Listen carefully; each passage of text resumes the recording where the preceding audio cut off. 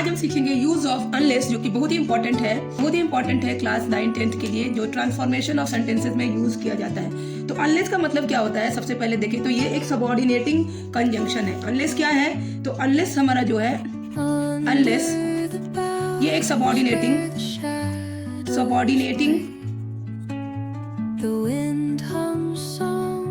ये एक subordinating conjunction है अनलेस। और अनलेस का मीनिंग क्या होता है, तो अनलेस जो होता है उसको हम बोल सकते हैं if not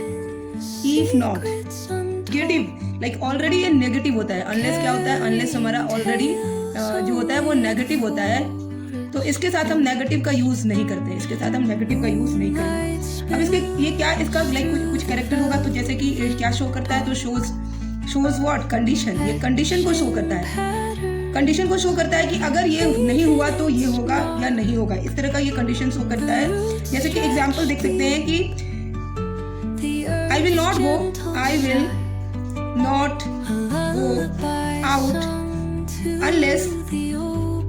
unless it stops raining,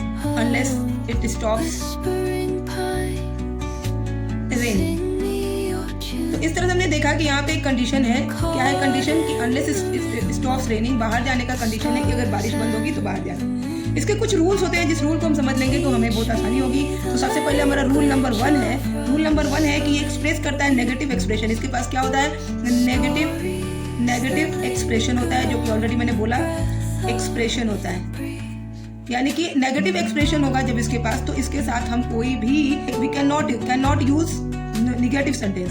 तो यहाँ पे नो यूज ऑफ नॉट का यूज नहीं होगा इन sentence with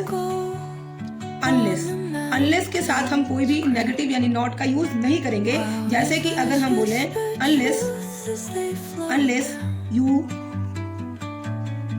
don't work hard, unless you don't work hard you will fail। तो ये जो सेंटेंस होगा, ये क्या होगा, ये एब्सोल्युटली रॉन्ग होगा। इसको हम क्या करेंगे, बिल्कुल गलत कहेंगे। बनाएंगे तो हम बोलेंगे कि अनलेस, क्योंकि अनलेस ऑलरेडी नेगेटिव है तो इसके साथ डोंट का यूज नहीं करेंगे, तो it will be unless you work hard you will fail। तो यह कि अनलेस क्या करता है, रिप्लेस करता है इफ नॉट को, तो रिप्लेसेस इफ नॉट। अगर किसी सेंटेंस में इफ नॉट दिया हुआ है तो वो उसको क्या करेगा, रिप्लेस कर देगा। जैसे कि unless you run you will lose. अगर ये सेंटेंस हमने ऐसे बनाया, अगर इसको हमने इफ नॉट के साथ बनाया होता तो ये क्या होता, if you don't run you will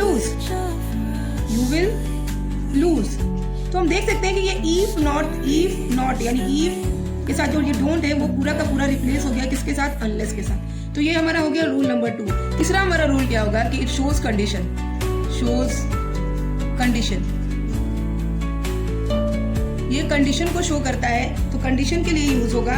जैसे कि कंडीशन कैसा भी हो सकता है, कोई पोलाइट कंडीशन, कोई रियल कंडीशन, या कोई हाइपोथेटिकल कंडीशन, जो भी हो सकता है। जैसे कि अगर हम बोले unless you apologise talk to you, unless you apologise I want talk to you. ये क्या हो गया, ये एक कंडीशन शो कर रहा है, तो ये हो जाएगा हमारा अनलेस का यूज। एक और हम यूज देख लेते हैं, अनलेस